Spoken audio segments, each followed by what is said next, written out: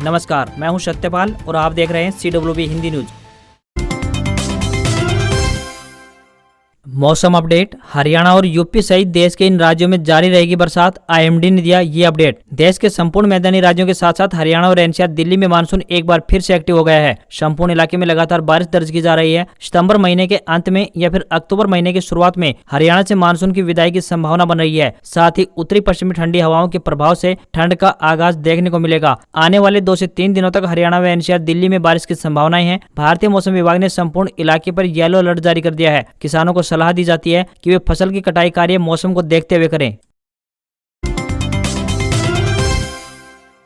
हरियाणा में इलेक्ट्रिक वाहनों की बढ़ेगी सेल स्पीड, निर्माताओं को मिलेगा विशेष छूट का बोनांजा। हरियाणा में वाहनों की तेजी से संख्या बढ़ रही है। हालांकि जीवाश्म ईंधन पर चलने वाले वाहन पर्यावरण प्रदूषण का एक प्रमुख स्रोत भी हैं और ये गंभीर स्वास्थ्य खतरे को पैदा करते हैं। हरियाणा के मुख्यमंत्री मनोहर लाल खट्टर ने इन्हीं सब परिस्थितियों को समझा। उन्होंने अधिकारियों को प्रदेश में इलेक्ट्रिक व्हीकल पॉलिसी बनाने के निर्देश दिए। असर यह हुआ कि उद्योग एवं वाणिज्यिक विभाग ने 8 जुलाई साल 2022 इसी साल को हरियाणा इलेक्ट्रिक व्हीकल पॉलिसी 2022 अधिसूचित भी कर दी। सरकार द्वारा जहां लोगों को इलेक्ट्रिक वाहनों के प्रयोग हेतु जागरूक किया जा रहा है, वहीं इलेक्ट्रिक वाहन निर्माता कंपनियों के लिए विशेष छूट का बोनांजा बनाया गया है ताकि वे भी पर्यावरण अनुकूल वाहन बनाने के लिए प्रेरित हो सके। हरियाणा सरकार की हरियाणा इलेक्ट्रिक व्हीकल पॉलिसी 2022 के अनुसार राज्य में माइक्रो इंडस्ट्री की कैटेगरी में पहली 20 इकाइयों को फिक्स्ड कैपिटल इन्वेस्टमेंट की 25% या अधिकतम 15 लाख रुपए जो भी कम होगा की कैपिटल सब्सिडी दी जाएगी। छूट के लिए उक्त उद्योगों के इन वाहनों में 2 पहिया, 3 पहिया, 4 पहिया, बस व हैवी व्हीकल शामिल होंगे। खुशखबरी, अब अंबाला से भी उड़ान भरेंगी फ्लाइट। केंद्रीय नागरिक एवं उड्डयन मंत्रालय ने दी मंजूरी। हरियाणा के गृह मंत्री अनिल विज ने बताया कि प्रदेश के नागरिकों को शीघ्र ही अंबाला से श्रीनगर के लिए हवाई यात्रा की सुविधा उपलब्ध होगी। इसके लिए केंद्रीय नागरिक एवं उड्डयन मंत्रालय ने स्वीकृति प्रदान कर दी है। गृह मंत्री अनिल विज अपने कार्यालय में नागरिक एवं उड्डयन विभाग हरियाणा के अधिकारियों के साथ आयोजित बैठक की अध्यक्षता कर रहे थे। उन्होंने अधिकारियों को निर्देश जारी किए कि हवाई यात्रा के लिए सभी आवश्यक औपचारिकताएं पूरी करें ताकि जनता को इसका तुरंत प्रभाव से लाभ मिल सके। इसके साथ ही अंबाला से लखनऊ के लिए भी हवाई यात्रा की जल्द शुरुआत होने जा रही है। अंबाला में हवाई यात्रा शुरू करने के लिए एयरफोर्स हरियाणा ने भी NOC जारी कर दी है। 1 अक्टूबर से हरियाणा में यहाँ GRAP लागू करेगा pollution control board.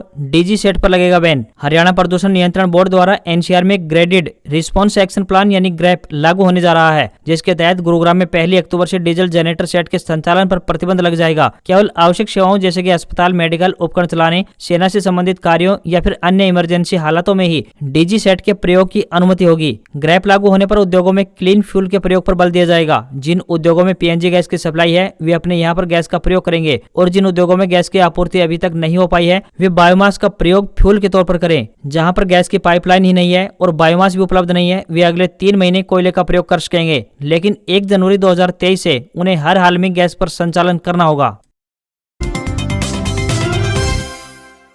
High court के आदेश पर हरियाणा के इस गांव में सैकड़ों मकानों पर चलेगा बुलडोजर, चस्पाए नोटिस। हाई कोर्ट के आदेश पर करनाल के खोरखेड़ी गांव में प्रशासन की ओर से सैकड़ों मकानों को ध्वस्त किया जाएगा। मकानों को गिराने की कार्रवाई गुरुवार को नहीं हो पाई है। प्रशासन ने कब्जा कार्रवाई को फिलहाल रोक दिया है। प्रशासन ने लोगों से जमीन के दस्तावेज एकत्रित कर दिखाने को कहा है। कब्जा कार्रवाई न होने से ग्रामीणों ने फिलहाल राहत की सांस ली है। ग्रामीणों के घरों के बाहर चस्पाए गए नोटिस के बाद ग्रामीणों में खौफ का माहौल बना हुआ है। नोटिस के जरिए जिन मकानों को हटाने के निर्देश जारी किए गए हैं वे कम से कम 60 से 70 साल पुराने बने हुए हैं। ग्रामीणों का कहना है कि अब इस जमीन को पंचायती भूमि बनाया गया है और उनके घरों को तोड़ने का अल्टीमेटम जारी कर दिया है। हालांकि ग्रामीणों ने किसी भी सूरत में अपने घर खाली नहीं करने की बात कही है। खोराखेड़ी गांव में करीब 100 मकानों के बाहर खंड विकास एवं पंचायत विभाग द्वारा नोटिस चस्पाए गए हैं।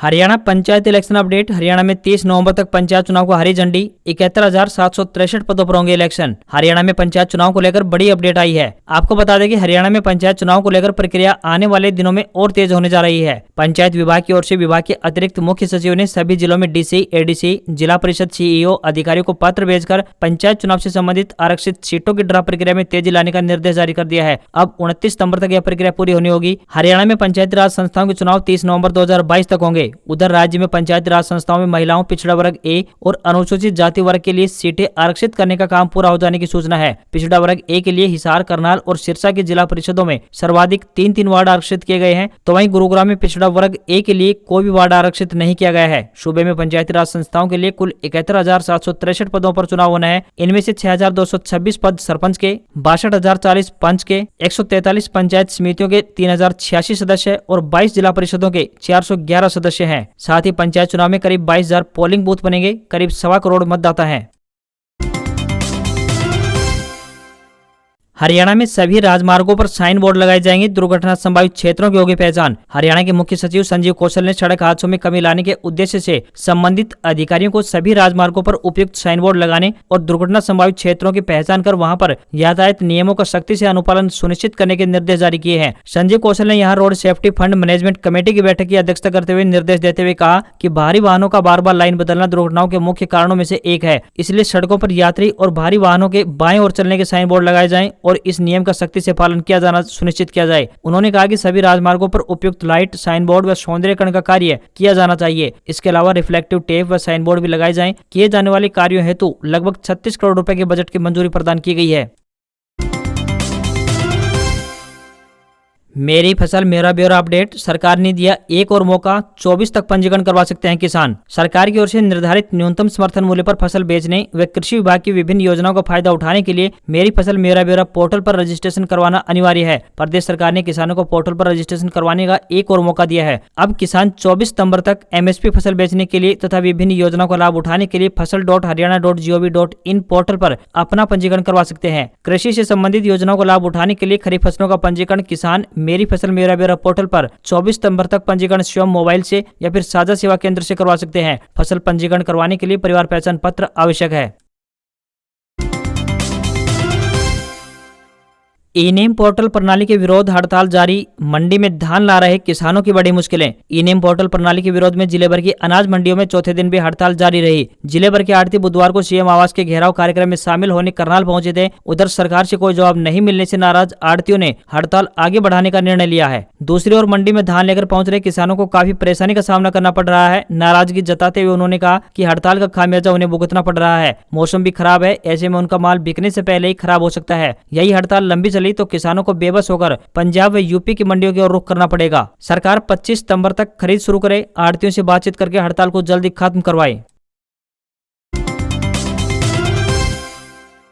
हरियाणा रोडवेज नूह में आई अप्रेंटिसशिप पदों पर भर्ती। 28 सितंबर है आखिरी तारीख। हरियाणा रोडवेज नूह ने अप्रेंटिस पदों पर भर्ती के लिए आवेदन मांगे हैं। आपको बता दें कि यह भर्तियां कॉन्ट्रैक्ट आधार पर की जाएंगी। जो भी इन पदों पर आवेदन भेजने के लिए इच्छुक है वे आधिकारिक वेबसाइट के माध्यम से अपने आवेदन भेज सकते हैं। ITI धारकों के लिए यह एक अच्छा मौका है। आवेदन करने की अंतिम तिथि की बात करें तो 28 सितंबर 2022 है। इन पदों के लिए उम्मीदवार का 50% अंकों सहित 10वीं पास होना जरूरी है तथा उम्मीदवार संबंधित ट्रेड में ITI धारक भी होना चाहिए। किसी भी आवेदक को कोई भी आवेदन शुल्क नहीं देना होगा। न्यूनतम आयु की बात करें तो 16 वर्ष होनी चाहिए। अधिकतम आयु के बारे में कोई जानकारी अभी तक नहीं दी गई है।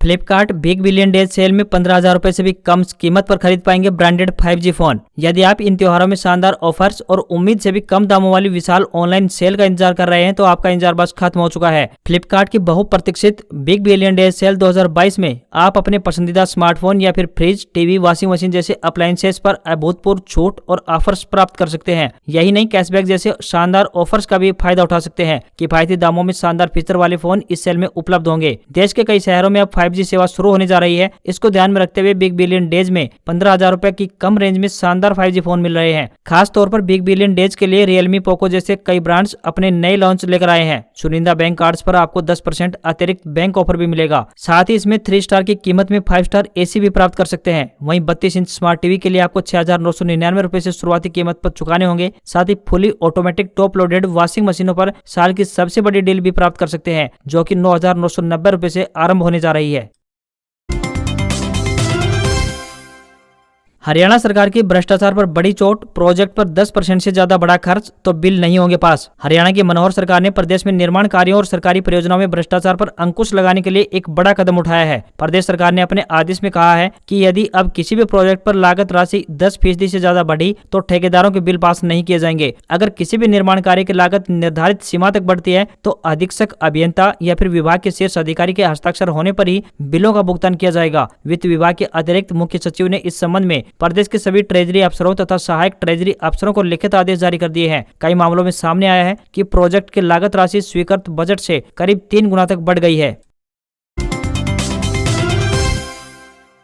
हीरो की 2 व्हीलर्स हो गई है महंगी। फेस्टिवल सीजन से पहले 1000 रुपए तक बढ़ाई कीमतें। 51,450 रुपए की हीरो की सबसे सस्ती बाइक है। हीरो मोटोकॉर्प ने गुरुवार से अपने मोटरसाइकिल और स्कूटर्स की कीमतों में 1000 रुपए की बढ़ोतरी कर दी है। इंडिया में फेस्टिवल सीजन शुरू होने से पहले कंपनी ने यह एक बड़ा कदम उठाया है। मंदी के प्रभाव से बचने के लिए कंपनी ने यह फैसला लिया है। कंपनी के एक अधिकारी ने कहा है कि इन्फ्लेशन के इम्पैक्ट से बचने के लिए गाड़ियों की कीमतों में बदलाव करने पड़े हैं। सभी 2 व्हीलर्स की कीमतों को 1000 रुपए तक बढ़ा रहे हैं। गाड़ी के मॉडल और मार्केट को देखते हुए कीमतों में एग्जैक्ट बदलाव होंगे। आपको यहाँ पर बता दें कि इंडिया में हीरो मोटोकॉर्प मोटरसाइकिल के 14 और स्कूटर के 4 मॉडल बेच रहा है। बाइक में 51,450 की HF 100 से लेकर 1,32,000 रुपए की X+ 200 4V तक शामिल है।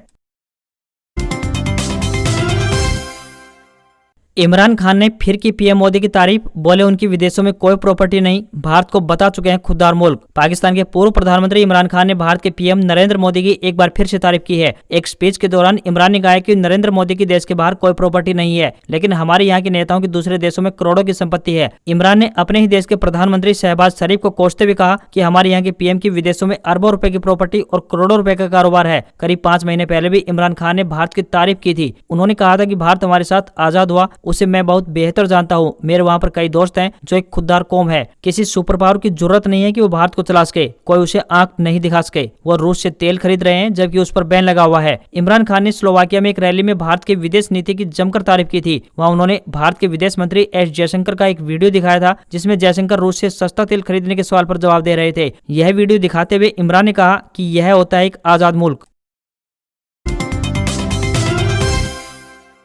शेयर बाजार में गिरावट जारी। सेंसेक्स 337 अंक लुढ़ककर 59,119 पर बंद तो निफ्टी भी 88 अंक गिरा। डॉलर के मुकाबले रुपया ऑल टाइम लो पर पहुंचा। भारतीय शेयर बाजार में गिरावट देखने को मिली है। सेंसेक्स 337 अंक की गिरावट के साथ 59,119 के स्तर पर बंद हुआ तो वहीं निफ्टी 88 अंक गिरकर 17,629 के स्तर पर बंद हुआ। सेंसेक्स के 30 में से 18 शेयरों में गिरावट दर्ज की गई। वहीं दूसरी तरफ 24 कैरेट सोना 49,894 रुपए प्रति 10 ग्राम पर बंद हुआ और चांदी की बात करें तो ये 57,343 रुपए प्रति किलोग्राम पर पहुंच गई है। वहीं डॉलर की बात करें तो डॉलर के मुकाबले रुपया अपने ऑल टाइम लो पर पहुंच गया है। ये 99 पैसे कमजोर होकर 80 रुपए 95 पैसे के स्तर पर पहुंच गया है। आज खबरों में बस इतना ही। देखते रहिए CWB हिंदी न्यूज। नमस्कार।